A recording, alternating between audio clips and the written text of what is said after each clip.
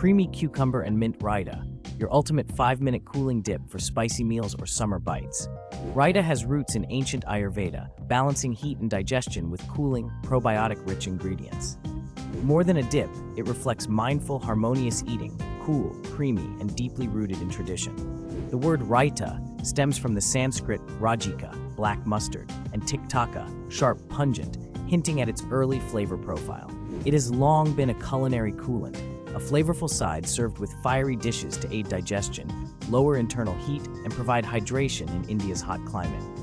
This refreshing side is made with 1 cup of thick Greek yogurt, half grated cucumber, water squeezed out, a small handful of chopped mint, 1/4 teaspoon roasted cumin, a pinch of salt, and a crack of black pepper.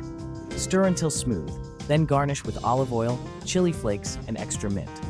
Optional, add 1 teaspoon lime juice or chopped cilantro for brightness.